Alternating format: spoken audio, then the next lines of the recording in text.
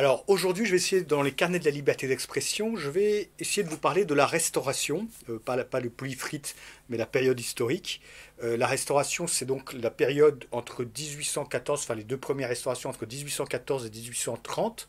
Napoléon Bonaparte quitte le pouvoir en France, il est remplacé par un roi, enfin il quitte pas volontairement, il est mis en retrait sous la pression des forces européennes étrangères, des royaumes étrangers, il quitte le pouvoir et à la place, un certain nombre d'aristocrates, dont Talleyrand, sont à la manœuvre pour restaurer la monarchie, mais pas n'importe quelle monarchie, une monarchie parlementaire, encadrée par une sorte de constitution, de charte, de document, la charte d'un document central, d'esprit assez libéral, parce que, en particulier, d'abord par conviction, mais aussi parce que ces monarchistes savent très bien que le retour à l'ancien régime est absolument impossible et que pour faire avaler la pilule d'un retour à la monarchie au peuple français, il faut des garanties pour les droits des sujets.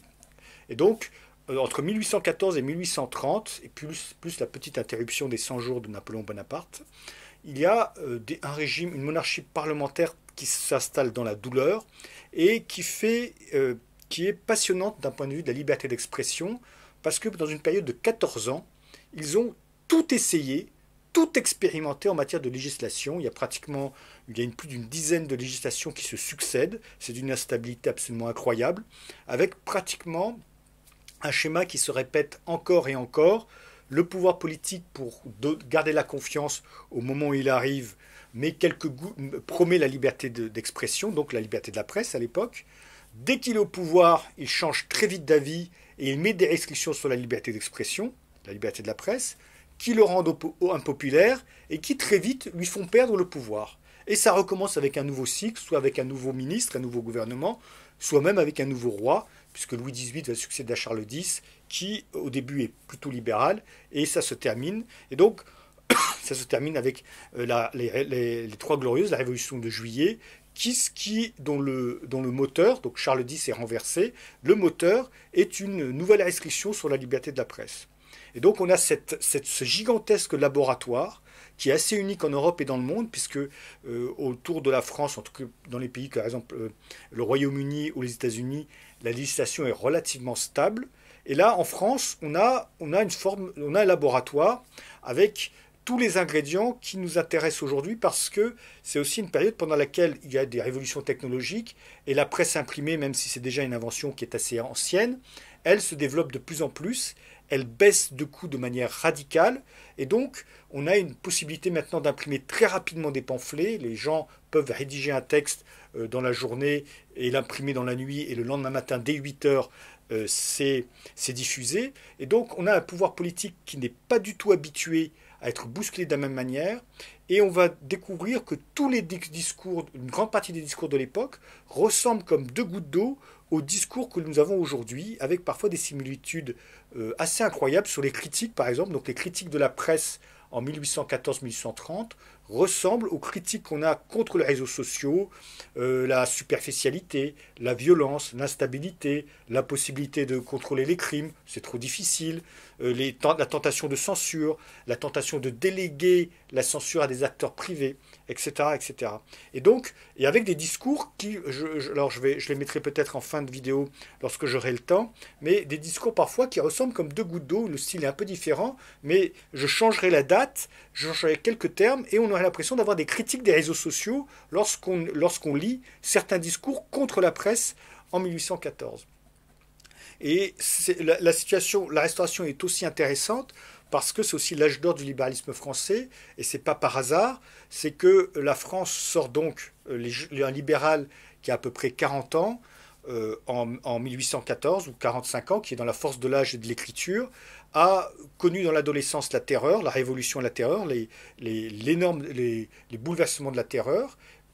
Il a connu ensuite la zone grise du Directoire, il a connu le despotisme de Napoléon, et donc il arrive à 45 ans, on peut dire qu'il a de la bouteille, on peut dire qu'on a des libéraux guerriers qui sont extrêmement sensibles donc naturellement aux libertés, et qui sont aussi extrêmement ce sont des gens qui sont dos au mur, ils ont tous déjà fait de la prison, ils ont tous eu déjà leurs ouvrages confisqués, donc ce sont des gens qui sont extrêmement affûtés sur ces sujets-là, et qui sont extrêmement sensibles, et qui ont poussé leur réflexion de manière extrêmement intense sur le domaine des libertés et de l'empiètement du pouvoir sur les libertés. Et donc, tout ça fait que la France est en situation idéale, peut-être bien malgré elle, pour devenir un formidable laboratoire sur la liberté d'expression. Donc on a plusieurs forces. On a, disons, les bonapartistes, qui sont plutôt dans le ressentiment, qui se rapprochent des libéraux, donc à l'extrême, on va appeler ça plutôt l'extrême gauche, les républicains, qui donc eux sont plutôt les cocus de l'affaire, puisque la République n'a pas été établie. Il y a les bonapartistes, dans le ressentiment.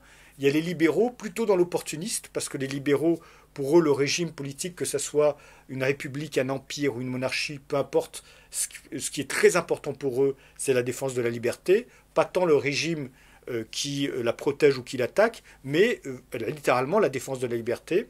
On a ensuite ce qu'on appelle les doctrinaires, qui sont des monarchistes mais pas trop, des libéraux mais pas trop, en tout cas des gens qui veulent gouverner, et qui veulent gouverner, un peu les centristes de l'époque, qui veulent gouverner sans un enthousiasme excessif pour la liberté, dont ils craignent l'instabilité, et avec une méfiance d'une monarchie trop envahissante, mais c'est un peu le parti de gouvernement.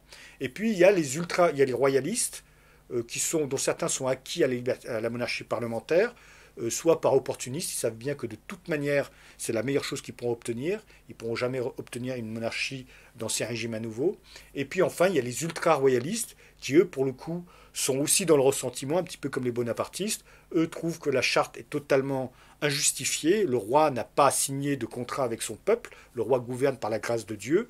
Et il faut rétablir l'ancien régime. Il faut effacer toutes les erreurs des 30 dernières années, à commencer par les erreurs de la Révolution, de cette absolue horreur qu'est la Révolution pour eux. Et donc tout ce beau monde se retrouve dans un moment absolument explosif. Et ce qui est intéressant, c'est qu'on sent qu'on a changé d'époque, parce que la pièce centrale qui va servir pendant ces 14 ans, une des pièces, peut-être pas la seule pièce, mais en tout cas la pièce centrale sur le régime, c'est la liberté de la presse. Le régime, le roi, l'une des premières déclarations qu'il fait, le roi Louis XVIII, pour obtenir le pouvoir, c'est déjà de signifier son attachement à la liberté de la presse. Il y a l'article 8 de la charte qui garantit expressément la liberté de la presse. Enfin, on verra que d'ailleurs, peut-être pas explicitement justement, on verra que dès le départ, il y a une certaine ambiguïté. Le roi arrive au pouvoir au début, fin juin, début juillet. Début juillet, son premier gouvernement, l'une des premières lois auxquelles le gouvernement s'attache, et c'est pour montrer l'importance de la liberté de la presse, l'une des premières lois, ça concerne la liberté de la presse. Il y a donc la France qui est un régime qui est occupé, qui est au bord de la guerre civile, dont les finances sont exsangues, qui est plombée de tous les problèmes parce qu'elle sort de 10 ans de despotisme de Bonaparte.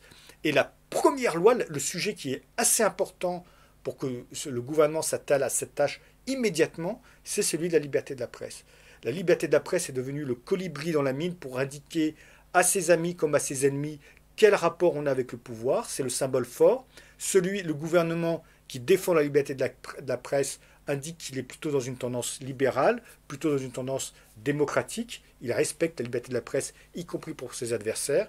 Et bien sûr, le gouvernement qui au contraire s'y attaque envoie un signal fort pour dire que non, les choses n'ont pas tant changé que ça. On est encore dans une vision autoritaire d'un gouvernement qui a peur du débat démocratique ou peur de la liberté d'expression.